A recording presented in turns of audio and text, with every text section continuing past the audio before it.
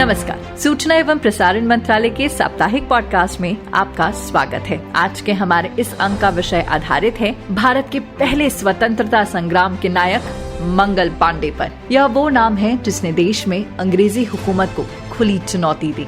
एक ऐसी शख्सियत जिसने अंग्रेजों के खिलाफ विद्रोह का बिगुल बजा दिया था। मंगल पांडे से ही जंग आजादी की पहली चिंगारी फड़की थी। मंगल मंगल मंगल मंगल मंगल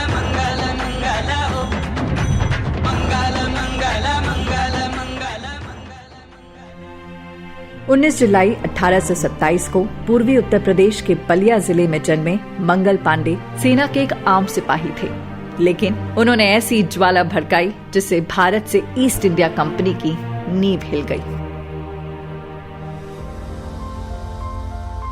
लगभग 22 साल की उम्र में मंगल पांडे बलिया के एक साधारण से गांव से निकलकर बैरकपुर में बंगाल नेटिव इन्फेंट्री की 34वीं रेजिमेंट में सिपाही के तौर पर भर्ती हुए थे। कलकत्ता से 16 मील दूर बैरकपुर एक शांत सैन्य छावनी हुआ करती थी। पूर्वी भारत में सबसे अधिक भारतीय सैनिक यहीं पर तैनात थे और अंग्रेज गवर्नर जनरल का निवास स्थान भी यहीं था। कोई ये कल्पना भी नहीं कर सकता था कि इस छावनी से ही अंग्रेजों के खिलाफ विद्रोह का पहला बिगुल बजाया जाएगा।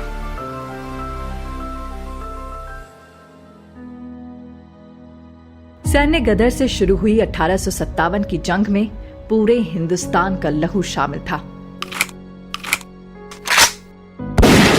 कंपनी के राज में भारतीय सिपाहियों को दोहरे मापदंड का सामना करना पड़ता था। सरकारी नौकरी में होने के बावजूद वे अपने वेतन से लेकर जीविकोपार्जन तक तमाम समस्याओं से घिरे थे। ईस्ट इंडिया कंपनी की दमनकारी नीतियों के खिलाफ बनते गुस्से के गुबार की इंतहा हुई 29 मार्च 1857 रविवार को, जब मंगल पांडे ने नई एनफील्ड राइफल के ग्रीस कारतूस का इस्तेमाल करने से इनकार कर दिया। साथ ही उन्होंने बंगाल की बैरकपुर छावनी में अपने साथी सिपाहियों से आवाहन कर अंग्रेजों के खिलाफ बगावत का ऐलान कर दिया। विद्रोह की आग अभी भड़की ही थी कि एक नाटकीय मोड़ सामने आया। कंपनी की फौज में सर्जेंट मेजर ने मंगल पांडे की गिरफ्तारी का आदेश दे दिया, लेकिन उनके आदेश का अमल करने के लिए भारतीय सैनिकों में से कोई भी आगे नहीं बढ़ा। इस औपनिवेशिक सत्ता के विरुद्ध खड़े होने में अब उन सिपाहियों को थोड़ा भी संदेह नहीं था। यही वजह थी कि उन्होंने पूरे हक से अफसरों के हुक्म की नाफरमानी की। इसी समय मारो फिरंगी को नारे के साथ मंगल पांडे ने ब्रिटिश अधिकारियों पर एक प्रहार कर दिया और एक विद्रोह का जन्म हुआ।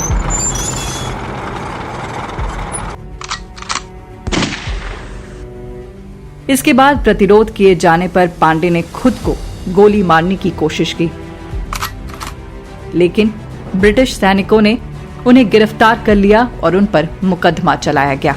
मामले की सुनवाई हुई और मंगल पांडे को मृत्यु दंड की सजा मुकर्रर की गई। कोर्ट मार्शल के बाद 8 अप्रैल 1857 को देश में क्रांति की अलख जगाने वाले मंगल पांडे को बैरकपुर में फांसी दे दी गई। ये खबर फैलते ही देश में जगह जगह लोगों ने आजादी की मशाल थाम ली। मंगल पांडे की कुर्बानी से देश में आजादी की पहली लड़ाई की शुरुआत हो गई और आगे चलकर भारत आजाद हुआ। मंगल पांडे अब हमारे बीच में नहीं है, लेकिन उनका नाम भारतीय इतिहास में स्वर्णिम अक्षरों में दर्ज है। उनके साहस की कहानी हमेशा आने वाली पीढ़ियों को प्रेरित करती रहेगी। आशा है कि देशभक्ति से भरपूर ये कहानी सभी भारतीयों के मन में जोश और उत्साह भर देगी। पॉडकास्ट के इस अंक में बस इतना ही। अगली बार फिर मिलेंगे एक नए विषय के साथ। तब तक के लिए नमस्कार।